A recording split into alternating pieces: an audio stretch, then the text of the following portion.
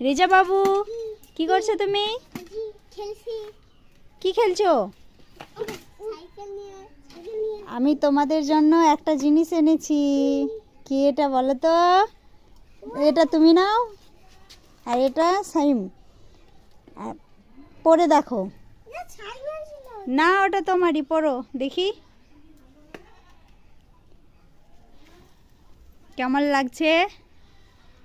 কি সেজেছো তুমি?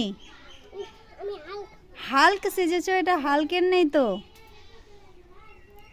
এটা কি আছে বাচ্চারা, তোমরা কমেন্ট করে বলো তো। এই দুজনে কি সেজেছে? হ্যাঁ, সুপারম্যান। পড়ে যাবে। কত শক্তি, ওই করছে সাইকেল।